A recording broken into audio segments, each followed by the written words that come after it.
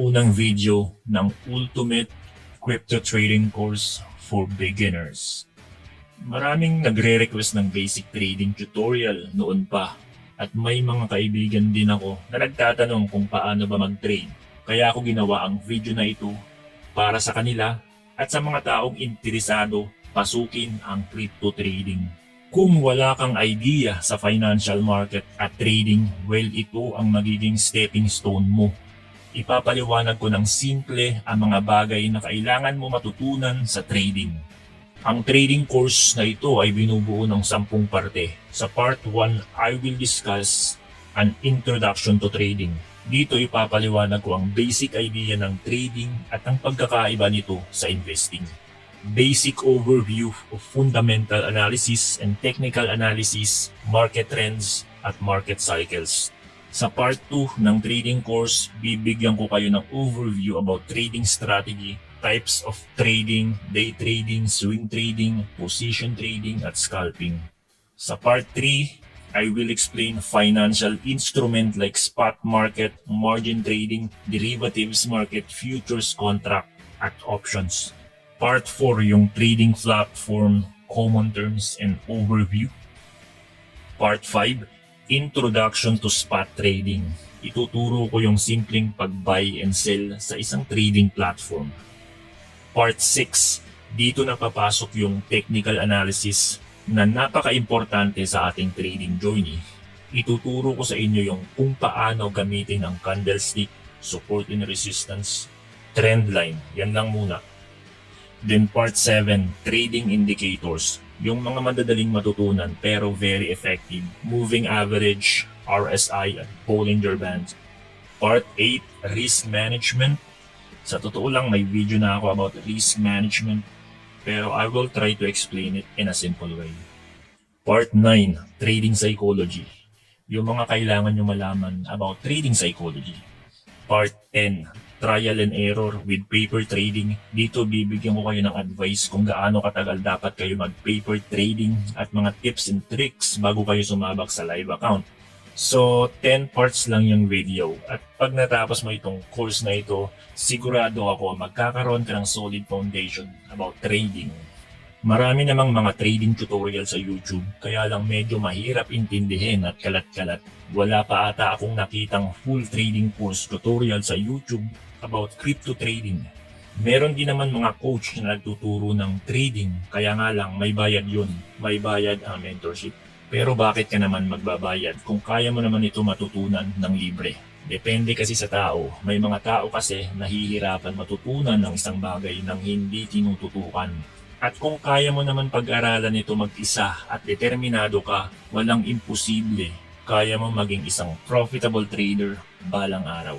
Yung ibang mga trading tutorial na nakikita ko sa YouTube, basic, diretso agad sa trading. Kaya yung mga tao, akala nila ganoon lang kadali mag-trade. Nasasabak agad sa gera na wala man ng basic foundation about trading.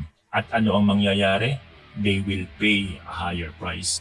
In this beginner's guide, ituturo ko lahat sa inyo ang kailangan nyo malaman about trading. Let's dive into it. What is trading? Lahat naman siguro tayo pamilyar sa salitang trading. Sa totoo lang, ginagawa natin ito halos sa araw-araw na pamumuhay natin, hindi lang natin napapansin. Kapag sinabing trading, it simply means exchanging one item for another.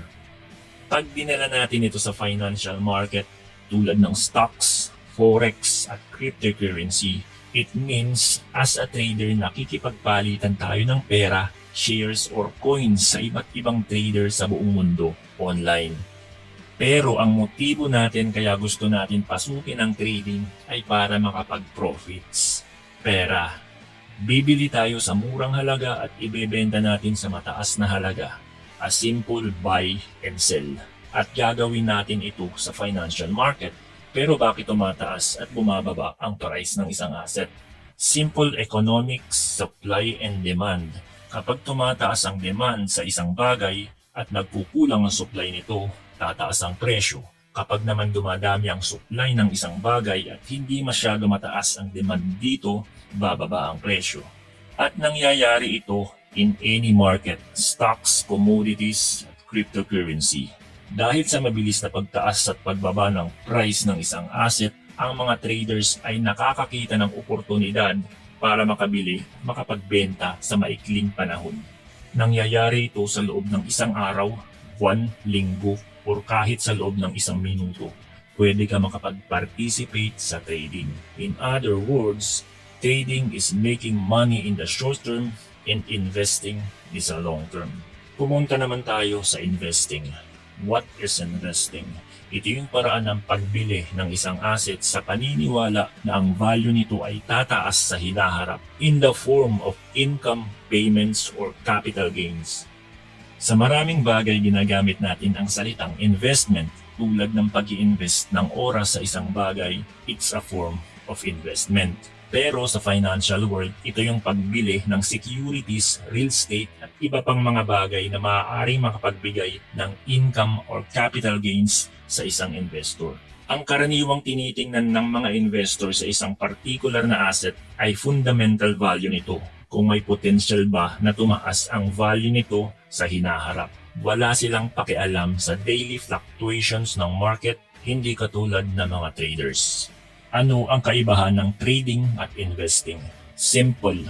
Trading for short-term gains, small profit. Investing for the long-term gains, large profits. Although investor and traders ay parehas ng motibo sa pagpasok sa financial market to generate profits, pero magkaibang approach. Ang isang trader ay actively nagpa-participate sa market at ang investor naman ay hindi. Sinasamantala ng isang trader ang daily fluctuation ng market to make profits while an investor aiming for larger gains. So sino ang mas better, a trader or an investor? It depends. Gusto mo ba maging trader or isang investor? It's up for you to decide. Pag lumawak na ang kaalaman mo sa market, madidiscover mo sa sarili mo kung saan ka ba nababagay, maging isang trader or investor. What is fundamental analysis? Ito yung paraan ng pag-a-analyze ng intrinsic value ng isang asset. Ang magaling na investor ay kayang malaman kung ang asset ba ay undervalue or overvalue. Pinag-aaralan nila yung mga bagay na nakakaapekto sa price valuation ng isang asset tulad ng macroeconomic circumstances like the state of the wider economy o yung estado ng industriya. Kapag napansin ng isang investor na undervalue ang isang asset, bibili sila nito sa paniniwala na tataas ang value nito sa hinaharap. A simple buy and hold strategy. Sa ngayon, paano ito ginagawa sa cryptocurrency market? Sa kaso ng cryptocurrency, iba yung proseso. Ang sinusukat dito ay yung on-chain metrics tulad ng network hash rate kapag nag-all-time high, kapag dumadami yung number of addresses ng isang cryptocurrency project at marami pang iba. Madalas ginagamit ang fundamental analysis sa stocks, commodities at forex, pero sa ngayon hindi pa ito masyadong nagmamaterialize sa cryptocurrency world kasi bago lang ito sa financial world. Sa ngayon, ang market ay mostly driven by speculations and narratives. Pumunta naman tayo sa technical analysis. Ano ba ang technical analysis? Ito yung methodology na ginagamit para magkaroon ng idea kung saan maaaring pumunta ang direksyon ng price in the future sa pag-aaral ng mga nakaraang datos. Pinaniniwalaan ng mga trader na ang mga historical price action na nangyari sa nakaraan ay makapagbibigay indikasyon sa mga maaaring mangyari sa hinaharap. Tataas ba ang price or bababa? Masasabi din na ito ay pag-aaral sa mass psychology with a combination of science and arts. Ang technical analysis ay binubuo ng pag-aaral sa price action, volume, chart patterns, technical indicators at marami pang iba. Malaki din ang naitutulong nito sa framework ng risk management. Lahat ng mga traders ay gumagamit ng technical analysis sa kahit anong market. Stocks, forex, cryptocurrency. So kung matututunan mo ito, hindi lang sa cryptocurrency market mo ito pwedeng gamitin. Pwede ka din mag-trade sa ibang market. Now, nagtataka kayo ngayon kung bakit applicable sa lahat ng market. They have one thing in common, human involvement. Ang market ay nabubuhay sa fear and greed emotions ng mga participants. Kapag ang mga traders at investors ay natatakot dahil sa uncertainty ng market, binebenta nila ang mga hawak nilang asset sa mababang halaga na nagdudulot sa pagbagsak ng price. At kapag naman sila ay excited dahil nakikita nila na tumataas ang price ng isang asset, ayaw nila magpaiwan at bibili sila nito sa pag-aakala na tataas pa ang price nito. Ito ang dahilan kung bakit tumataas at bumababa ang price ng isang asset. Market trends. Ang market trend naman ay ang overall direction ng market, pwedeng paitaas at paibaba. May dalawang uri ng market trends na tinatawag. Ito yung bull market at bear market. So ano ang ibig sabihin nito?